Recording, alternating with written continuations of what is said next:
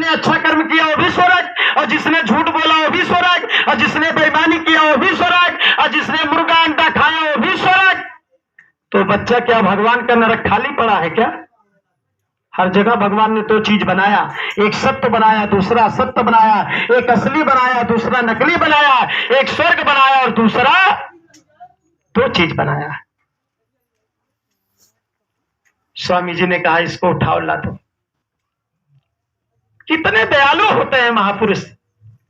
स्वामी जी को प्राण लेने पर भी वो टकैचकतम हो गया, मगर महात्मा को कितनी दया आत्मा से है, क्योंकि आत्मा राम की नहीं है, ये आत्मा कृष्ण की नहीं है, ये शरीर को बनाने वाला भगवान अलग है, मगर इसमें जो आत्मा बैठकर बोल रही इसका मालिक तो आए इसी धरती पर, हम लोगों के सर पे हाथ रखा, हमारी बीमारी को दूर किया, हमारी मुसीबत को दूर किया, हमारी गरीबी को दूर किया। लोगों ने राम को नहीं देखा, अयोध्या जाना बंद नहीं किया, लोगों ने कृष्ण को नहीं देखा, मथुरा जाना नहीं बंद किया, मुसलमानों ने मोहम्मद को नहीं देखा, मक्का जाना नहीं बंद किया, मगर हम लोगों ने अपने भगवान को देखा कि नहीं देखा? यही गुरु जी है प्रेमियों। मेरे घर जब गए तो 2000 की मेरी नहीं औकात थी, 2000 की मेरी औकात नहीं थी। बरसात होता था, गांव वाले सोते थे, पति पत्नी पानी उलझते थे, रोते थे। स्वामी जी कभी हमारा भी दिन आएगा, पूरा जीवन ऐसे हम लोग गरीबी में झेलेंगे, मगर आज स्वामी जी ने क्या नहीं दिया प्रेमियों। इस महंगाई की बदलती दुनिया में जिसके 4 बेटी 4 बेटा और एक बिस्सा खेती ना हो, और इतना सुख आनंद का जीवन गुरु महाराज बिता रहे हैं कि मैं जिसका कोई वर्णन नहीं कर सकता। मगर 2 चीज स्वामी जी ने कहा था, बच्चा मेहनत ईमानदारी का काम करना, और जो मैंने तुम्हें भजन का रास्ता दे दिया, बिना नागा भजन करना, यही भजन तेरे संग चलेगा, पावेगा आराम, और मन तो भजो गुरु का। ए भाई बहनों, ये गरीबी कौन दूर करेगा? भजन दूर करेगा। बीमारी कौन दूर करेगा? भजन दूर करेगा। घर का लड़ाई झगड़ा कौन दूर करेगा? भजन दूर करेगा। जब भजन करोगे उसमें बड़ी आनंद, बड़ा पावर मिलता है। स्वामी जी सुना रहा हूं, 3,000 रुपया रोज लगता था वहां। अब वो गरीब आदमी क्या करे बेचारा? क्या किया, एक आदमी को लेकर के अपने छोटे वाले भाई को ट्रेन पे बैठा दिया। लड़का घर आया, जब उसके माँ बाप देखे बच्चे की दशा, तो भाई डेंगू की बीमारी, पिटलेस्कम, एकदम ऐसे चलने फिरने की शक्ति नहीं। जिस महाराज जी को आप बच्चा समझते हो, सुन लो, गाड़ी चलाने वाला समझते हो, ये कैसे महात्मा हो सकते हैं? महात्मा की उम्र नहीं होती, महात्मा की जात नहीं होती। प्रेमियों जब आया तो माँ बाप देखे तो रोने लगे। तब तक एक प्रेमी थे, जैसे हमारे सम्मानीय सचिव साहब, ब्लॉक अध्यक्ष, ऐसे एक ब्लॉक अध्यक्ष थे सोनी जी, और उन्होंने कहा कि महाराज जी, भाई रायबरेली में महाराज जी का कार्यक्रम चल रहा, थोड़ा सेवा चाहिए। सेवा तो आ गए। तो जो पत्नी थी, देखो श्रद्धा और विश्वास, हर व्यापक सर्वज्ञ समाना, और प्रेम से प्रकट हुए हमने गुरु तो कर लिया, मगर गुरु पर विश्वास की जरूरत है। जब तक विश्वास नहीं करेंगे तब तक मेरा काम होने वाला नहीं है। अब उसने क्या कहा ऐसा है, चाहे जो हो महाराज जी जाने, हम अस्पताल नहीं ले जाएंगे, जो अस्पताल में देंगे वही सेवा महाराज जी को चल के दे देंगे। अब उन्होंने कुछ सेवा उनको दिया, और उसके बाद बच्चे को लेकर कहां पहुंच गई? रायबरेली महाराज जी के पास। महाराज जी का सत्संग सुना। जब मंच पर महाराज जी दर्शन देने लगे तो जानते हो कितनी सेवा दिया? 3,000 रुपया उसके पास था, और बच्चे से कहा सब महाराज जी को दे दो। अब उस बच्चा गया, महाराज जी का दर्शन किया और 3,000 सेवा दे दिया महाराज जी। सेवा देकर प्रेमी भाई बहनों, जैसे लड़का आया तब तक 2 अक्टूबर का प्रतापगढ़ के अध्यक्ष के जिले में कार्यक्रम था आश्रम पर, और अध्यक्ष जी उस बच्चे को अपने साथ लेके चले गए। अब वहां भी सेवा करने लगा, और देखिए सेवा से इतना बड़ा हुआ कि 1 रुपए की दवा करने की जरूरत नहीं पड़ी। और जैसे महाराज जी का दर्शन किया और 3,000 महाराज जी के हाथों में सेवा दिया कि चाहे मरूंगा चाहे जीऊंगा, अब अस्पताल नहीं जाऊंगा। और ऐसी महाराज जी ने दया कर दिया कि जैसे उसके शरीर में कुछ छुआ ही ना वो। अभी कल मेरे पास फोन आया, कहा साहब, फिर उसके बाद 4-5 दिन आश्रम पर सेवा किया उस बच्चे ने। उसके बाद अभी देखो लखीमपुर खीरी में और जाकर सेवा किया और कहा मेरा लड़का एकदम सही हो गया। और 15 दिन के बाद वो लड़का फिर गुजरात चला गया। ये महाराज जी की दया चल रही। इसलिए प्रेमी भाई बहनों, हमको विश्वास की जरूरत है। जब तक हम विश्वास नहीं करेंगे, महात्मा तो आपको देना चाहते हैं, आपको निकालना चाहते हैं। कहा काल जाल से वही बचे जो गुरु का ध्यान। अब हमको फिर एक नाव पे चलना पड़ेगा, दो पे नहीं। दो पे चलेंगे तो नहीं पार जाएंगे।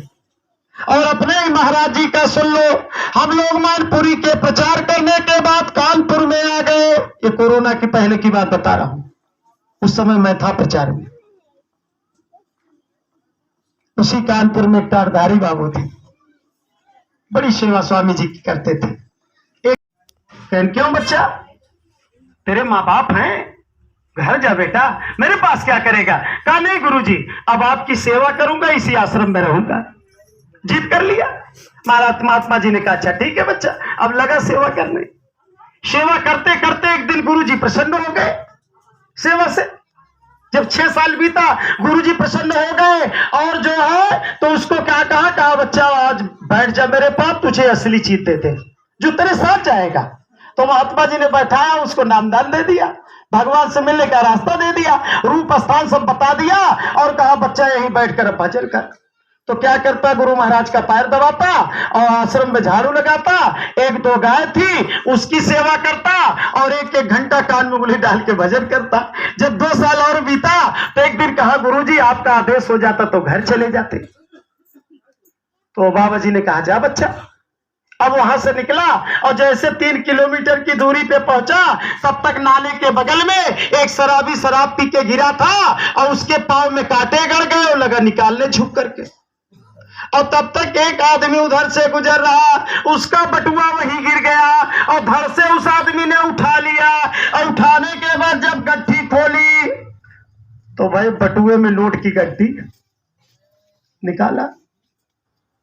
तो उसकी तरफ उंगली करके कहता है गुरु का पैर दबाने वाला भगत, गौशाले में झाड़ू लगाने वाला भगत, कान में गुली डाल के 1 घंटा भजन करने वाला भगत, देख तू कंगाल का कंगाल रह गया और शराब पीने वाला, मुर्गा अंडा खाने वाला, और तेरी आंखों के सामने बच्चा मालो माल हो गया। अब उसको शंका हो गया। बताओ, गुरु महाराज कहते थे यही भजन तेरे संग चलेगा, पावेगा आराम, और मन तू भजो गुरु का नाम। यहां संसार की चीज तो मिलवई ही नहीं बा। 1-1 घंटा पैर दबाते थे कंगाल होने के लिए। अब नहीं जाऊंगा कभी गुरु के पास, ये गुरु झूठा है, मेरे समय को बर्बाद कर दिया। मगर बाबा जी ने कहा ऐसी पुड़िया लगा दिया हूं बच्चा।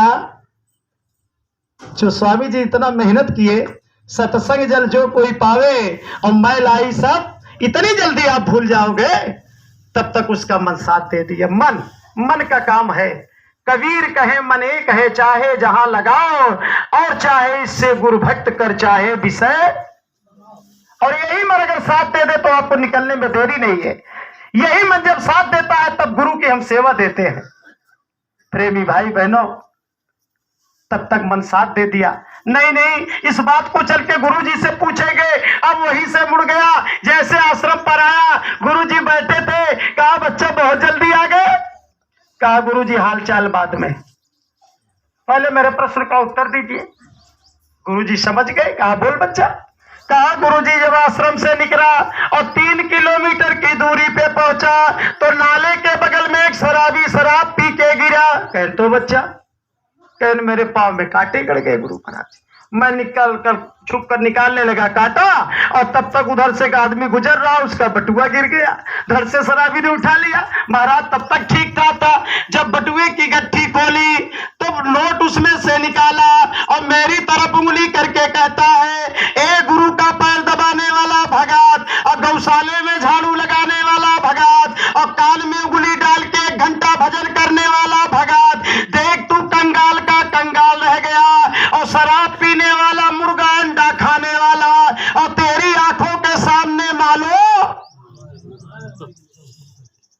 तो गुरु महाराज एक घंटा यही बड़े पैर दबावत रहे, काने में गुरु यही बड़े दबावत रहे, कहे यही भजन तेरे संग चलेगा। यहाँ वाला तो मिलवाइए ही नहीं बा, और हुआ वाला के का पता।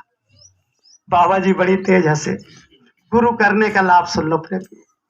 कहा बच्चा जब मेरे पास आया तो तुझे हस्तरेखा देखना बताया था। कहा सब याद है गुरुजी, जितना आप बताए थे सब मुझको याद है। तो कहा देख जरा देख तो। ए बाबा जी के भक्त, जब उसने अपने हाथों की लकीर को देखा तो जिस समय उसके पांव में कांटे गड़े थे जानते हो, उस समय उसे फांसी की सजा लिखी थी। जब गुरु मिलते हैं कहा सिंह संत तो एक मता, और जिंदा को ही खाए और पकड़ ले तो छोड़त नहीं चाहे कई जन्म। अभी मैहर में जब भैया का कार्यक्रम चल रहा था, कोई जीव नामदान लेने के बाद और भूल चूक में संगत में पड़ करके अगर मांस का सेवन कर लेता है, आए प्रेमी भाई बहनों, तो भी सदगुरु का जीव कभी नरक और 84 नहीं जाएगा। अगर आपने मांस खा लिया भूल चूक में, तो एक जन्म आपको मांसाहारी शरीर में जन्म लेना पड़ जाएगा। या तो कुत्ते में जाना पड़ेगा या तो शेर में जन्म लेना पड़ेगा। यानी एक जन्म आपको जाना पड़ेगा उस कर्मों का भुगतान करने के लिए, और उसके बाद फिर महात्मा की दया हो जाएगी, और उसके बाद उसमें से निकालने के बाद महात्मा फिर आपको कहाँ कर देंगे, मनुष्य शरीर में। और जब मनुष्य शरीर में कर देंगे तो भजन वाला रास्ता आपको मिल जाएगा। इसलिए प्रेमी भाई बहनों, हम आप बड़े सौभाग्यशाली हैं।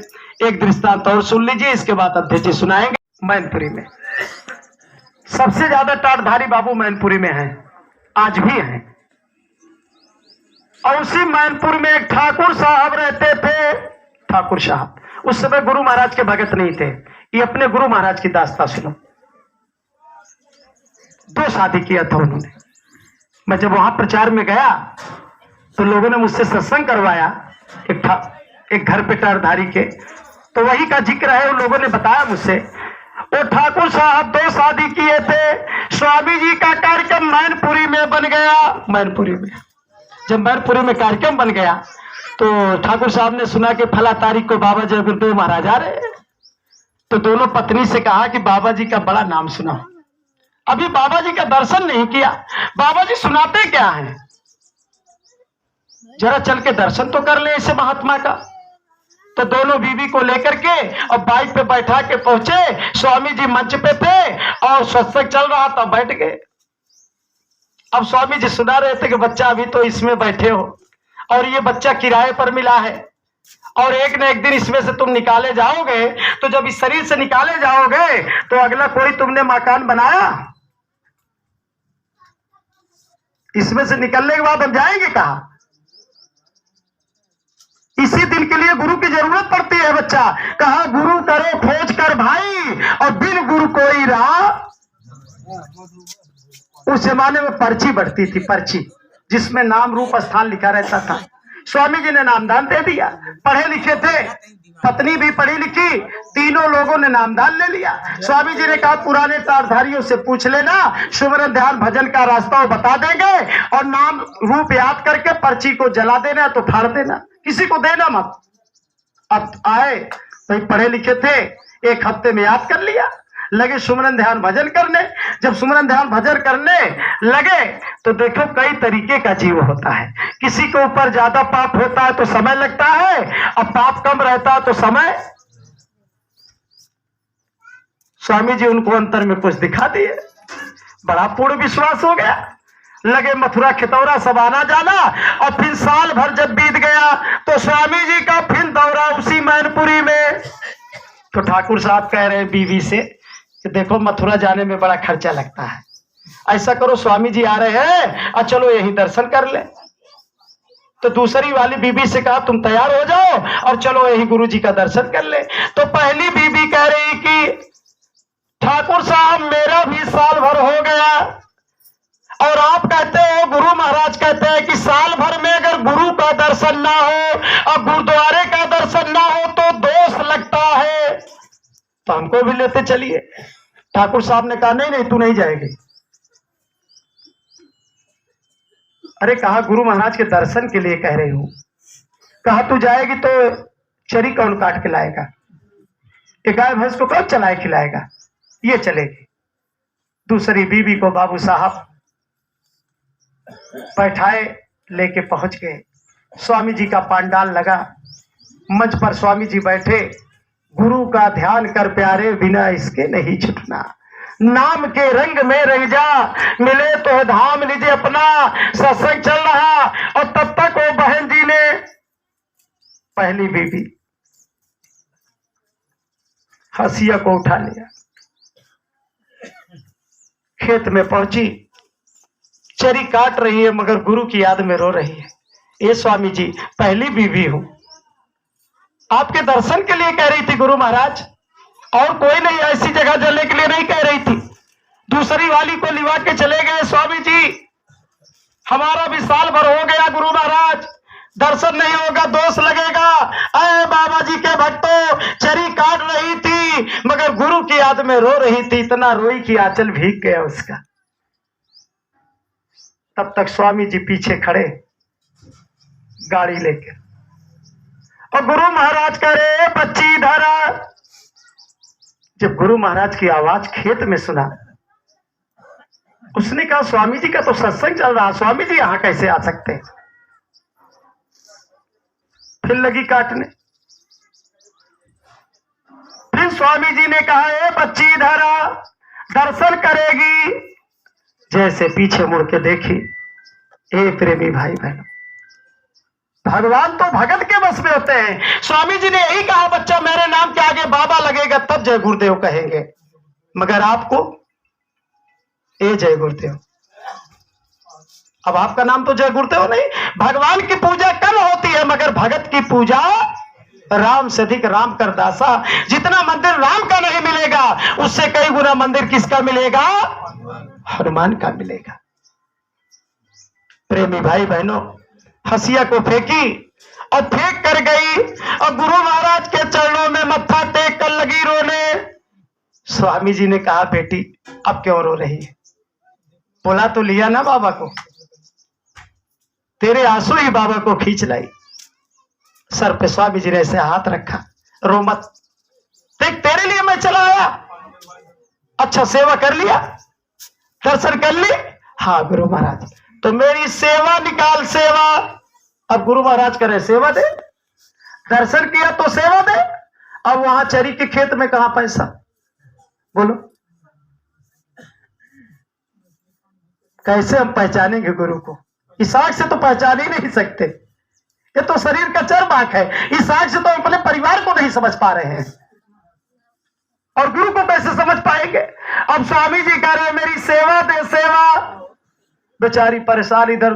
तब तक यही बाबा जी ने कहा बच्ची जो टोक इधर ठोस के रखी है और टोक को खींच और 1 रुपया गट्ठी मार के रखी और गट्ठी खोल करके और 1 रुपया बाबा जी को दे।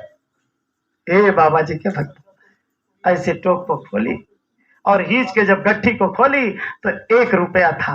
1 रुपया स्वामी जी को दिया। स्वामी जी ने हाथ रखा, स्वामी जी गाड़ी लेके चल दिए। चरी काट के लाई, बाल करके चला दिया। बैठ के गुरु की याद में रो रही थी। धन्य हो गुरु महाराज, धन्य हो स्वामी जी, आप दर्शन खेत में देने चले आए। और फिर ठाकुर साहब आ गए तो पत्नी बैठ के रो रही। ठाकुर साहब कह रहे अच्छा तुम्हें गुरु जी का दर्शन कराने नहीं लिया गया, इसीलिए रो रही है। कहा नहीं बाबू साहब कोई बात नहीं है, आप नहीं लिवा गए कोई बात नहीं है। स्वामी जी तो खुद ही चरी के खेत में आए थे दर्शन देने। कहा ना लाए, झूठी। स्वामी जी से नाम डाल लेने के बाद झूठ बोलती है। अरे मैं वहां पांडाल में बैठा और गुरु महाराज 1 सेकंड के लिए मंच से नीचे नहीं उतरे तो चरी के खेत में कब चले आए? कहा आपको नहीं विश्वास है, चलो मेरे साथ। कहा अकेले नहीं चलूंगा, अब पड़ोसी को लेके चलूंगा। तो स्वामी जी से नाम डाल लेने के बाद और झूठ बोलती है। आए बाबा जी के भक्तों, 2-4 पड़ोसी को लेकर के और ठाकुर साहब जब पत्नी के साथ चरी के खेत पे पहुंचे तो पत्नी रो पड़ी। कहा देख लो स्वामी जी के चारों गाड़ी के चक्कों का निशान, देखो उसी चरी के खेत। ऐसे गुरु महाराज के हम भक्त हैं। इसलिए प्रेमी भाई बहनों, आप ये दिल से दिमाग से निकाल दो, सदगुरु का जीव कभी नरकगामी नहीं होता, कभी नहीं जाता। नानक साहब का एक जीव नरक गया